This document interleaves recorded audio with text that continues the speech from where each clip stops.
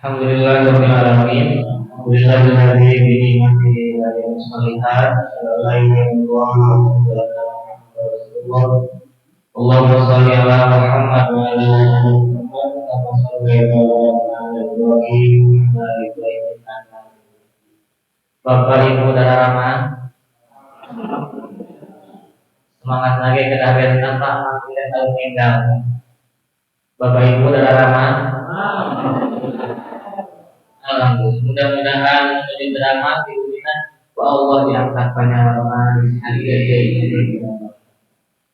Bapak Ibu sekalian, pada kesempatan yang mulia ini di awal tahun baru Hijriah 1 Muharram 1445, beberapa ulama menyampaikan ada yang menghitung itu dari pada asar tadi, ada juga yang menghitung dari pada maghrib. Mudah-mudahan pada tahun ini hadir keberkahan kepada kita semua. Doa-doa Bapak Ibu sekalian dikabulkan oleh Allah Subhanahu wa taala. Bapak Ibu yang barengan jika hari ini mudah-mudahan Allah kayakan hati kita, kayakan ilmu kita, dan Allah kayakan harta kita. Bapak Ibu sekalian, bahwa menghadapi tahun-tahun baru, diantaranya adalah ada 2 tafakur yang harus hadir dalam diri kita. Tafakur pertama itu adalah tafakur hisab, mentafakuri ke belakang, menghitung dosa-dosa apa, kekurangan-kekurangan apa yang hadir di ke belakang. Maka pada malam ini kesempatan yang sangat baik sekali untuk mengingat-ingat betul dosa-dosa kita kepada Allah, dosa-dosa kita kepada orang tua, dosa kita kepada para manusia. Inilah kesempatan memohonkan ampun kepada Allah. Rumawas berantai gaduh dosa, mohon. Kemarin itu kita ingat-ingat ke belakang dosa-dosa yang pernah kita lakukan, bahkan kata Nabi, siapa tanda orang yang diterima taubatnya, dia adalah orang yang mulai membenci kepada dosa yang pernah dia lakukan. Sehingga pada malam ini mari sama-sama kita mohonkan ampun kepada Allah atas setiap zikir-zikir kita, pada salat kita, aktivitas kita, mohonkan ampun. Kata ampun hisab ke belakang apa kesalahan-kesalahan. Yang kedua yang tidak kalah penting adalah tafakur istiqdad, tafakur untuk persiapan ke depan. Kalau tadi hisab adalah ke belakang, istiqdad adalah bagaimana kita menghitung amal-amal kita, persiapan kita ke depan. Bagaimana cara kita untuk menghadap Allah itu dengan cara yang baru. Upami kapungkur tetap angkat di ike sholat teh tujuh kali kawitan muharram ayeuna mah pada sholat yang tepat waktu. Waktu dulu tahun kemarin 1444 Hijriah ada saya malas untuk hadir di majelis ilmu, malas hadir di masjid. Niatkan tahun ini di Muharram hari ini kita mulai, saya niat kepada Allah ingin rajin hadir di majelis ilmu, ingin rajin hadir di masjid. Itu suatu istiqdad persiapan kita kepada Allah. Tahun kemarin banyak marah-marah kita ke keluarga, tahun ini kita berniat kepada Allah akan banyak sabarannya. Bapak Ibu di bumi saudara ambak saudara sabar. Mudah-mudahan saudara sabarnya. Kita memohon kepada istiqdad persiapan kita ke depan. Apa yang harus disiapkan oleh kita tentu bukan sekedar harta, tetapi bagaimana persiapan menyambut tahun yang akan datang. Kalau orang-orang barat menyampaikan begitu 1 Januari muncul revolusi tulis beberapa keinginan di tahun itu, dan sebetulnya Islam telah mengajarkan lebih dahulu bagaimana istiqdad azamkan dalam diri kita sekalipun tidak tertulis. Mungkin apa persiapan kita ke depan, apa yang kita inginkan ke depan itu menjadi bagian apapun istiqdad. Maka di antaranya Nabi kita menyampaikan istiqdad yang pertama untuk nasya'afi ibadatillahi ta'ala, bersiap-siap untuk semakin taat kepada Allah Subhanahu wa taala. Kalau kita merasa di tahun kemarin kita kurang taat kepada Allah, tahun ini kita untuk menambah ketaatan. Bagaimana Nabi kita setiap bertemu dengan para sahabat jadidu imanakum, setiap bertemu lagi jadidu imanakum, Perbaikilah keimanan kalian, perbaharuilah keimanan kalian. Maka kata Nabi, setiap bertemu dengan orang, beliau menyampaikan, perbaikilah, perbaharuilah iman kita. Jadi dunia, perbaharui kembali keimanan kita, ketaatan kita. Maka yang pertama, istiqdadlah untuk nasyafi ibadatillah. Bersiap menyongsong tahun ini untuk menambah ketaatan kita kepada Allah Subhanahu wa Ta'ala. Kalau kemarin level kita adalah ahli taat, tahun ini kita ganti menjadi ahli ibadah. Ahli taat itu adalah orang yang dia beribadah kepada Allah atas dasar perintah Allah. Tetapi jika ahli ibadah, dia telah menikmati nilai-nilai ibadah itu. Contoh sederhananya adalah orang yang dia ahli taat, dia orang yang begitu terdengar azan, dia menyampaikan ada deui, maka dia sholat. Itulah ahli taat. Tetapi ahli ibadah, dia kemudian dalam dirinya telah bersiap-siap untuk melaksanakan sholat sebelum azan berkumandang, telah menikmati bahwa itu nilai ibadah di hadapan. Saya pernah sampaikan Muhammad bin Sam'an, beliau menyampaikan, saya tidak pernah selama 40 tahun tertinggal takbiratul ihram imam kecuali satu kali, yaitu ketika ibu saya meninggal dunia dan saya sibuk mengurusi jenazah ibu saya. 40 tahun dan kantos kakantun takbiratul ihram.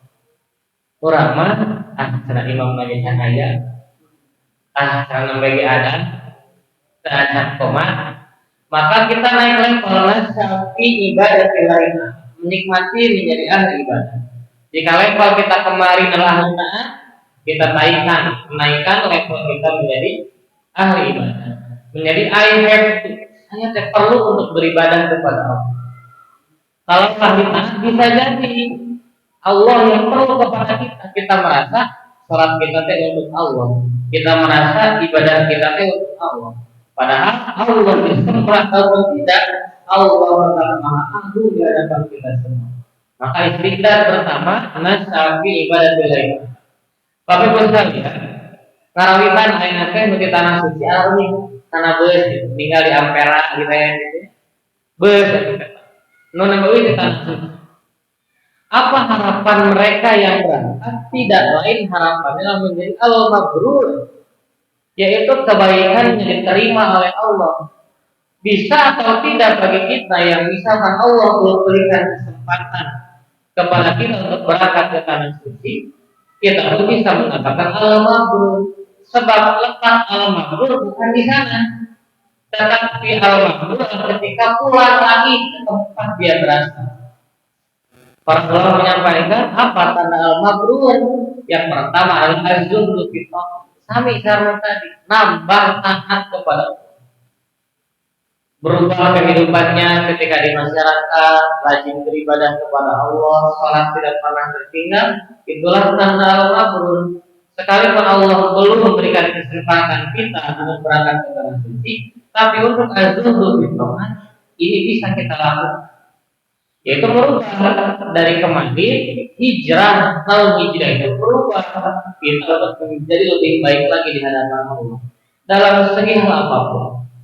Kita berjanji kepada Allah menginginkan menjadi orang yang nasyafi ibadah billah.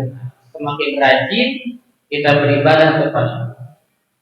Badai bapak-bapak ibu-ibu niat semakin rajin beribadah kepada Allah, alhamdulillah. Mudah-mudahan kita dicatat Allah menjadi istiqomahkan hati kita, menjadi berubah dari tahun-tahun yang pilih kakumpur ayat dosa, gaduh dosa, nikmati pahit, kita mohonkan ampun kepada Allah, berubah untuk menghadapi tahun yang sekarang. Bagaimana anak-anak sekolah, Pak? Pada tahun ajaran tinggal, persiapan anak, sepatu baru, seragamnya baru, tasnya baru, bukunya baru. Apalagi kita yang menghadapi mungkin kehidupan yang baru untuk tahun hijrah ini, tentulah persiapan itu harus lebih baik. Bapak Ibu sekalian, pertama istiqdadkanlah untuk nasyafi ibadatillah. Yang kedua, istiqdadkanlah diri kita untuk khalian wafadat nainan. Biasakan mata ini menangisi dosa-dosa kita ketika kita sendiri di hadapan Allah.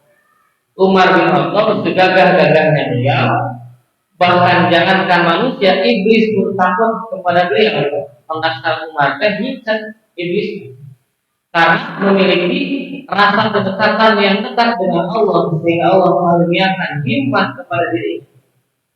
Maka jadikan kalian wallahi nyurucut cai saja dinaungi menangisi dosa-dosa. Kantor bapak ibu tetepan orang nangis, kantor kenapa? Tapi nangisan teh hidup biasa susah, nangisan teh hidup kalau masalah, sanes nangis karena sirku Allah. Maka nasa ibadatillah yang kedua kalian hafal. Jadikan air mata itu menjadi bagian untuk menangisi dosa-dosa kita. Harta terbesar, nikmat terbesar di badan kita dari wajah. Itu awis pisan wajah. Jalmi upami teu aya mastakan terbiasa hidup. Itu maha pisan. Kenapa Nabi menyampaikan kalaulah memukul jangan memukul wajah. Margi wajah mah pusat kenikmatan yang besar. Itu awis pisan harga. Cobi, ayo kantor sekalian saja. Ada lancar, alhamdulillah. Dan itu nikmat terbesar yang Allah berikan. Jadikan mata ini menangisi dosa-dosa. Kalau misalkan sulit kita untuk menangis, tanyakan kepada Allah. Allah dosa apa? Sehingga hati ini begitu keras, sulit untuk menangisi dosa-dosa yang telah saya perbuat. Mungkin bapak-bapak kita bertemu di tempat ini anak doa kita di 20 tahun yang lalu. Mungkin kita duduk di tempat ini doa-doa orang tua kita saat kita masih kecil. Doa seperti Allah mudah-mudahan kurang kali dan kurang kali sok ngaos. Kapungkur bapak terasa karena ngaos misalkan menuju menuju baru dah terasa menuju 2020 kalau dikasih hidayah asal karena ngaos mungkin itu doa-doa orang tua kita terdahulu.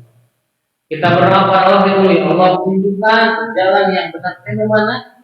Kalau dikabulkan anak ayat 2022, ayat sampai kamari, ayat 2020, Allah dikabulkan untuk bertemu dengan orang-orang yang baik. Maka bersyukur kita kepada Allah, jadikan air mata ini sebagai pusat menangisi dosa-dosa kita.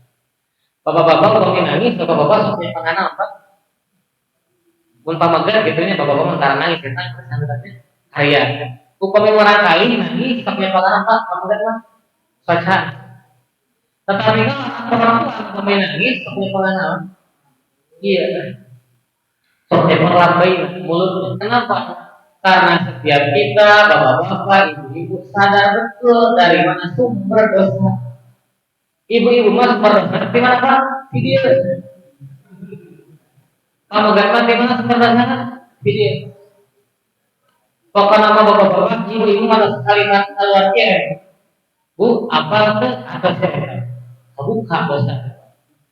Sehingga jadikan mata-mata ini untuk mata menjadi orang yang paling takut kepada Allah. Utsman bin Affan, beliau dicalonkan menjadi penghuni surga, tetapi begitu melihat makam, kemudian hatinya menangis karena takut mendapatkan azab kubur.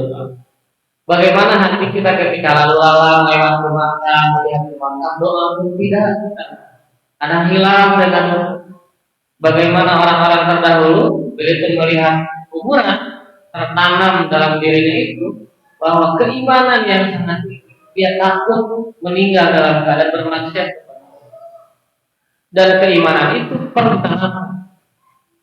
Imam Syafi'i pernah menyampaikan menanamkan keimanan itu bukan sejak hari ini, tapi sejak dari kecil. Maka kata Imam Syafi'i, baru teh tong sering teh di sana keleman, tapi kita sering di sana ke tempat orang yang meninggal dunia. Di kita masuk di Bali, upami keondangan diajak tidak danan, tapi upami kandungan tunggal, apa mereka mana yang ini icing sengaja mau siun. Jadi bagaimana menanamkan keimanan sementara kita mengalami? Jadikan mata-mata ini sebagai mata orang yang paling takut kepada Allah. Pun baru ya, ketika kita sedang bersama-sama di hadapan Allah, untuk tumbuh emosi Allah, tumbuh rasa takut kita kepada Allah. Tetapi di luar itu, kenapa kekuatan berjamaah itu? Karena dengan berjamaah lahirlah iman kita di hadapan Allah. Untuk menguji keimanan seorang ketika sedang seorang diri, keimanan seorang hamba itu akan diuji. Berjamaah kita akan menjadi kuat di hadapan Allah. Istiqdah 1 tahun untuk mengharap kita mulai hari ini bagaimana agar mata kita menghabisi akan dosa-dosa yang pernah kita lakukan. Dosa apapun itu di hadapan Allah, kekecewaan apapun di hadapan Allah, bahkan aib-aib dosa-dosa kita dihargai orang, kita dianggap baik, kita dianggap soleh-soleha, bukan karena kita baik, tetapi karena Allah masih menutup aib-aib dosa kita. Bersyukur, mari sama-sama menggunakan masa ini untuk menangisi dosa-dosa.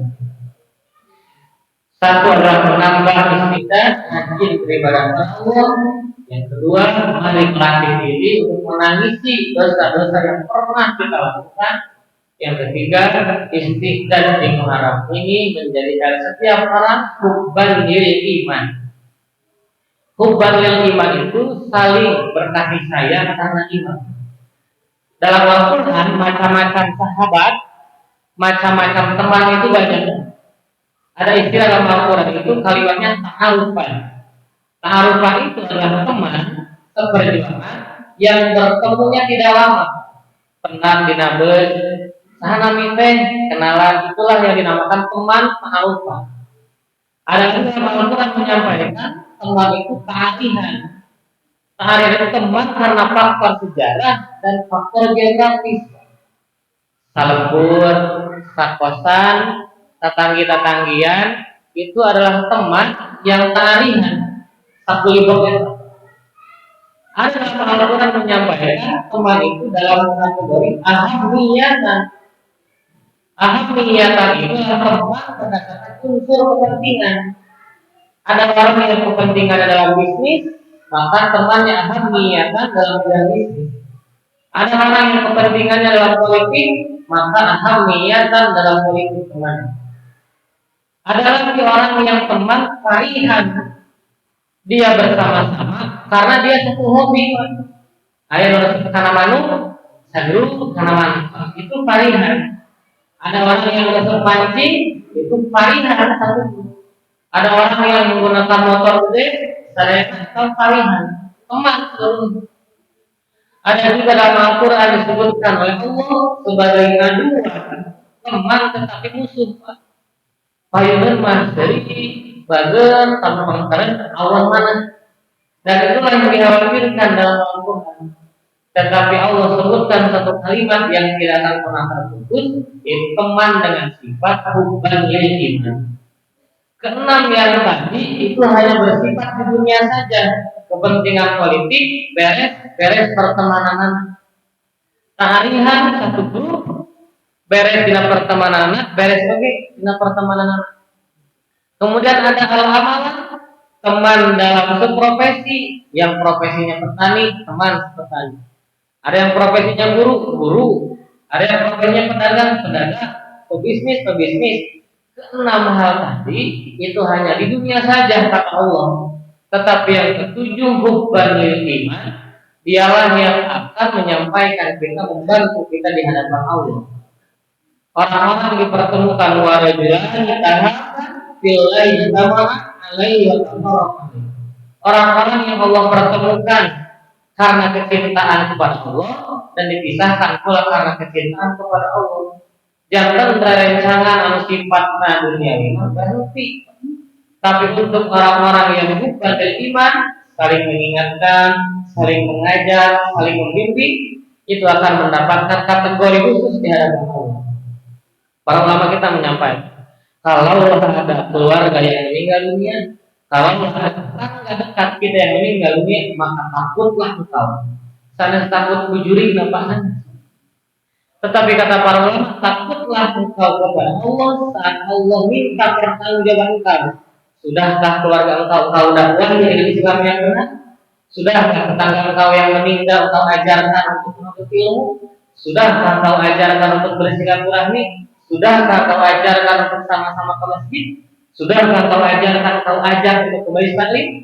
Kalaulah tidak ada ajakan itu ketika di dunia, maka kitalah yang bertempur di hadapan Allah Subhanahu wa taala.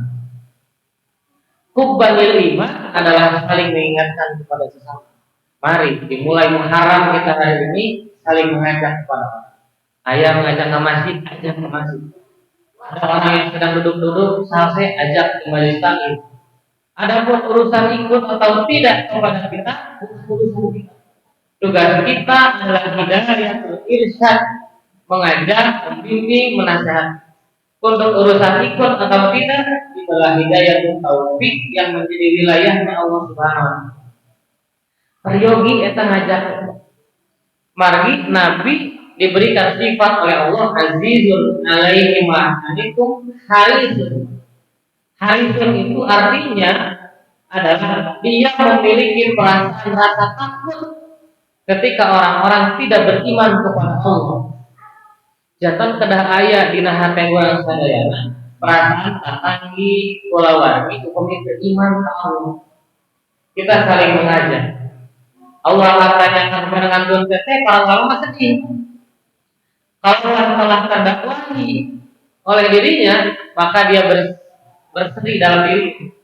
Saya pun bertanggung jawab atas tetangga ini. Sampai-sampai kata Nabi, hampir-hampir saja tetangga ini mendapatkan hak waris. Berarti tetangga adalah bagian terdekat dari kita. Keluarga kita perlu diamankan. Tetangga-tetangga kita perlu kita amankan. Karir kerabat kita perlu kita amankan. Sebab hubban lil iman saling mengingatkan kepada sesama. Sedikit apapun ajak, dina WA, dina SMS, secara offline kita ajak. Untuk urusan ikut atau tidak, itu bukan menjadi wilayah garapan, tetapi menjadi wilayahnya Allah Subhanahu wa taala. Bapak-bapak ibu ya, insya Allah. Mudah-mudahan sakedik-sakedik aja, sakedik-sakedik tunjukkan diri Allah teh naros ka urang, nah teu diajak, nah tatanggi cilaka, itu menjadi tugas-tugas kita. Mungkin ada misalkan nah cenah produk orang teh jadi mantara masjid, nah cenah di grup di mantara masjid dan kita posisinya tahu kurang memilih kata rasul Allah. Mudah-mudahan dengan semangat Muharram ini menjadikan kita semakin kuat lil iman, saling mengingatkan pada tetangga, utamina ka kulawargi, silih ajak sakulawargi. Ngarabring kitunya ka masjid garas. Masjid yang bingung sapertos salat Idul Fitri Idul Adha. Bingung. Kekuatan Islam akan muncul dari sana. Masjid itu perlu dimakmurkan, masjid itu perlu diisi. Ajak sagerombolan sadayana. Mudah-mudahan hubban lil iman mengait dalam diri kita sebagai semangat di Muharram.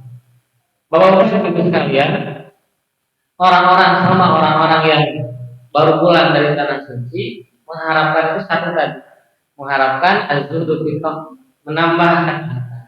Yang kedua, beliau itu akan menambah aktivitas ibadah ketika dia sampai di tempat dia berasal. Dia semakin getol dalam beribadah, dia semakin rajin, bahasanya semakin baik, lain kalam, zikir, doa-doa diucapkan, itu bagian dari al-mabrur, diterima ibadah hajinya di hadapan. Kita pun bisa mendapatkan itu, asalkan tadi kita berani berniat kepada Allah, berhijrah kepada Allah, niatkan kita ingin berubah pada tahun yang mulia ini. Waktu setelah ketarawas bisa. Asa namanya kamari itu 20 tahun tanya, "Bu ya, ayeuna teh sabaraha?" Aya 40 langkungnya.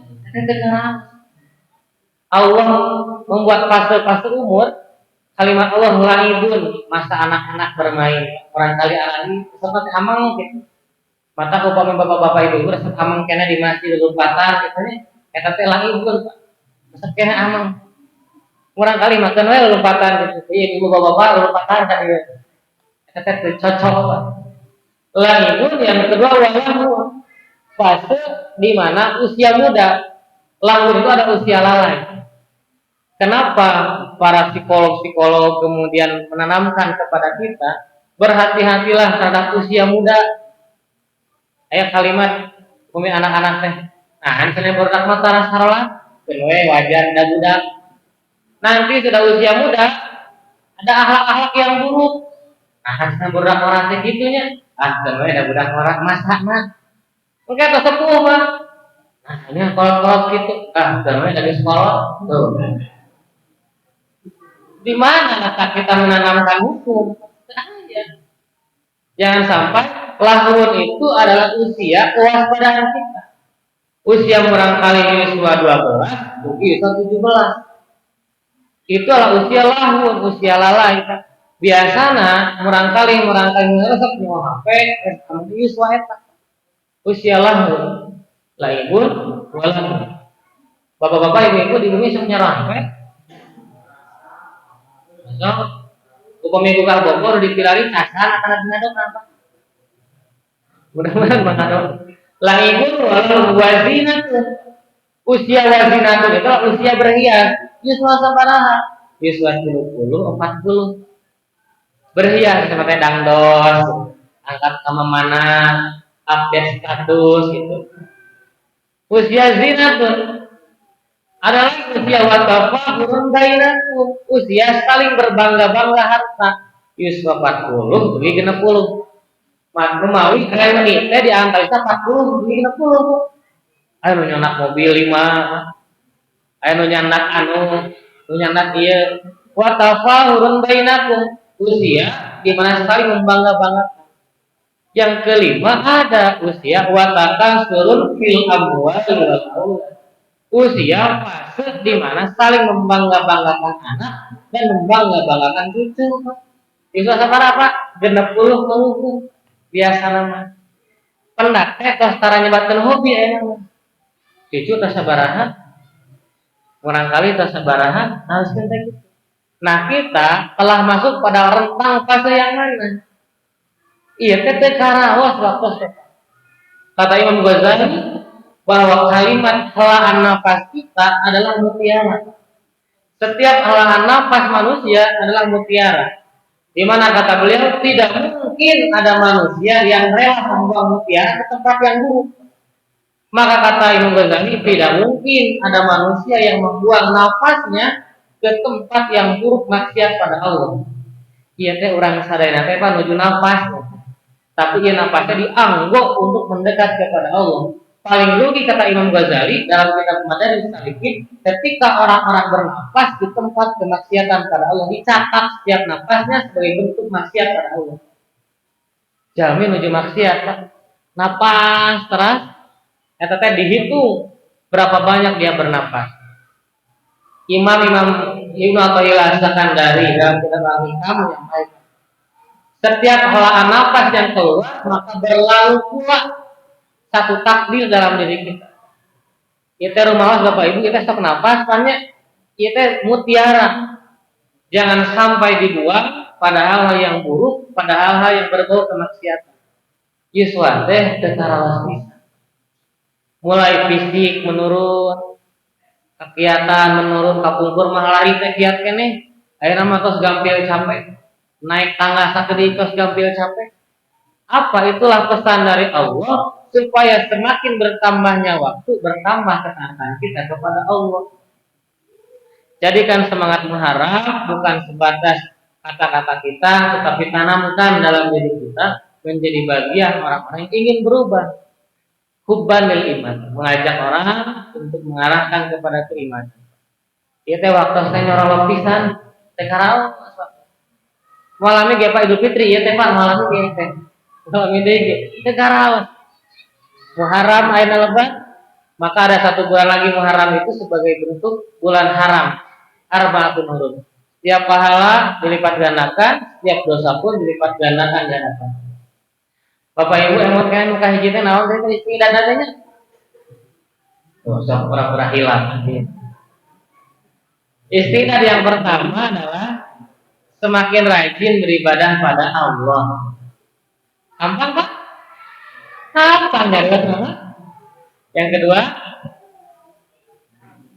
Mengakui dosa-dosa kita kepada Allah, biasakan mata kita menangisi dosa-dosa. Yang ketiga, hubban lil iman. Siap dalam diri kita memiliki sifat harisun, mengajak orang, khawatir akan ada orang-orang yang celaka tidak kita selamatkan. Yang keempat, yang terakhir banyak juga sama ayat 25 ya kayak gitu. Memilih panjang ini. Yang keempat, istiqdad kita ke depan adalah bagaimana kita memiliki sifat kitmanul hasanat. Kitmanul hasanat artinya adalah menyembunyikan kebaikan-kebaikan kita di hadapan manusia. Dalam hadis disampaikan, ketika tangan kanan memberi, tangan kiri tidak mengetahui. Hari ini mah tangan kanan memberi, tangan kiri selfie Pak ini. Eta nuju sih Pak teh. Nah, harusnya kitmanul hasanat, menyembunyikan amal kebaikan kita. Tipayun kantos kalau terlepas didulikan. Ali Zainal Abidin, putra dari Husain cicinya Nabi. Beliau itu dalam kitab Sirah Nabawiyah disampaikan, beliau itu para mufassirin menerka-nerka tentang sedekah yang terjadi pada masa lalu. Di depan rumah-rumah orang-orang miskin itu terdapat satu karung makanan. Tetapi ketika subuh dibuka, tidak ada orang dan tidak ada siapapun yang tahu dari siapa itu. Begitu dilihat-lihat ternyata ketika Ali Zainal Abidin meninggal dunia, maka makanan itu tidak ada lagi. Maka para ulama menerka, sepertinya ini makanan dari Ali Zainal Abidin. Fakta yang kedua, kata para ulama, bahwa ketika jenazahnya dimandikan, seluruh tubuhnya itu halus, kecuali pundaknya saja yang keras dan kasar. Ditafsirkanlah mungkin pundaknya yang kasar itu bekas, kemudian memanggul beban yang berat kepada setiap umat untuk memberikan makanan-makanan. Dan itulah kitmanul hasanah. Bahkan para ulama pun menerka-nerka, sepertinya yang berbuat kebaikan itu Ali Zainal Abidin. Dulu Abdullah bin Mubarak, beliau senantiasa melaksanakan qiyamul lail setiap malam. Satu waktu beliau bertahajud bersamaan dengan rekannya, muridnya. Dianggap muridnya telah tidur karena tidak ada lampu saat itu gelap. Abdullah bin Mubarak melaksanakan sholat malam. Ketika melaksanakan sholat malam, tidak ada yang tahu, bahkan muridnya sendiri disangka oleh beliau telah tidur. Begitu bangun subuh, kalau tidak salah Ibnu Aun menyampaikan, wahai imam, wahai Abdullah bin Mubarak, sungguh engkau sholat begitu khusyuk, sungguh engkau sholat begitu lama di hadapan Allah. Kemudian kata Abdullah bin Mubarak, ternyata engkau tidak tidur dan engkau melihat ibadah saya. Maka kata Ibnu Aun, sejak saat itulah sampai beliau meninggal dunia, wajahnya berbeda kepada saya. Dia tidak suka ketika ibadahnya diperlihatkan oleh orang lain, bersembunyi dalam kitmanul hasanah. Ada amal-amal yang boleh kita share, amal-amal yang boleh kita perlihatkan kepada orang-orang. Tetapi milikilah satu amal khusus, satu amal andalan kita di hadapan Allah yang tidak ada orang yang tahu. Dulu pernah ada orang yang amalnya sangat sederhana sekali.